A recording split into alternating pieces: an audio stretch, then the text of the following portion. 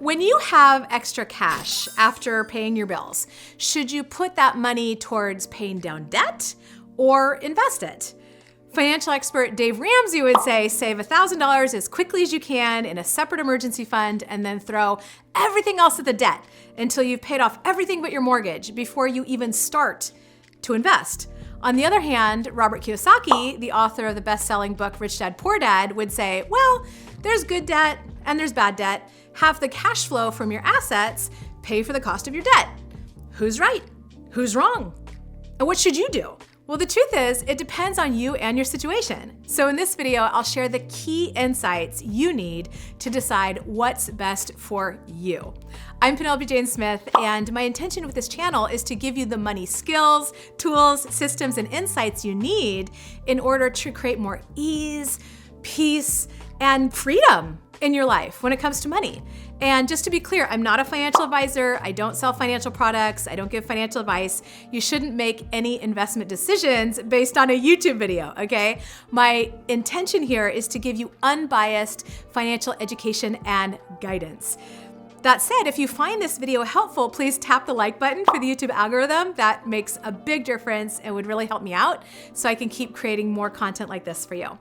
Now, when it comes to deciding whether to pay off debt or invest, here are some things to consider when making this decision. We'll look at three main areas. First, you want to look at your ROI. ROI stands for return on investment, and it's an annual percentage based on how much you're making from an investment in relation to how much money you invested. Here's how you figure it out. Take the income or growth that you get from an investment and divide it by the amount you invested. That gives you your ROI. So for example, if you put $100 in a savings account and earn $1 in interest over the course of a year, that's a 1% ROI. $1 divided by $100 equals 1%. If you pay down debt on a credit card with a 20% interest rate, it's kind of like you're getting a guaranteed 20% ROI based on the money you save in interest. Let me explain. It costs you 20% per year to have that debt, right? So if you pay it off, it's kind of like earning 20%. A penny saved is a penny earned, right? Now, would you borrow money at 20% and invest it at 1%? Probably not.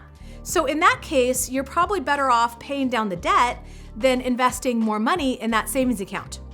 On the other hand, if you're considering paying off a student loan or paying off a mortgage, you might be able to get a much higher ROI on your other investments, so you might consider doing that instead.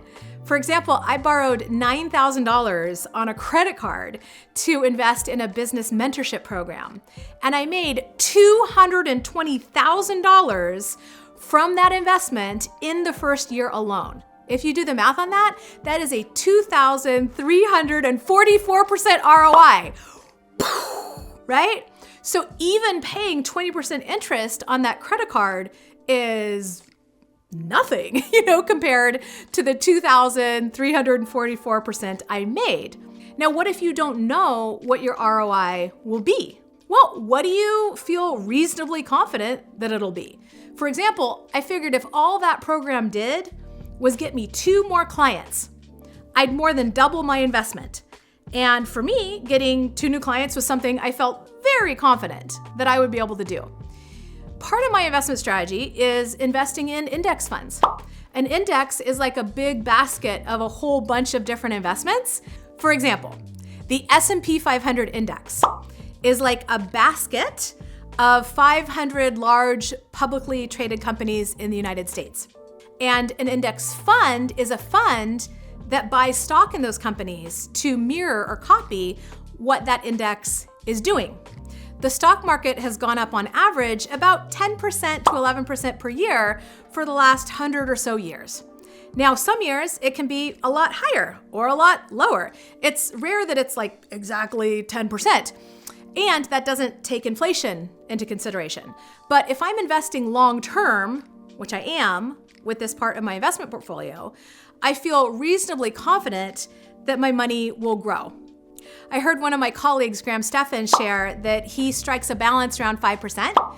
If he can borrow money at 5% or less, then he's in no hurry to pay it off early because he feels confident that he can make more than that on his investments. So when comparing ROIs, it's also helpful to consider the tax implications. For example, investing in a traditional IRA gives you a tax deduction. So some of the money that might be otherwise going to taxes would be going to your investments instead and growing tax-free. So the first thing to consider is what's going to give you the best return on investment. Next, let's talk about how this decision might impact you emotionally.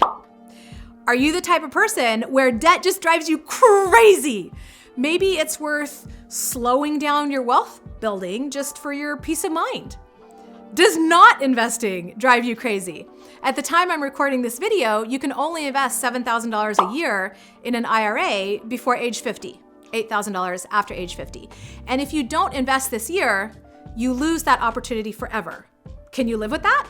Does trying to pay off debt before investing leave you feeling unmotivated, so you end up not doing either?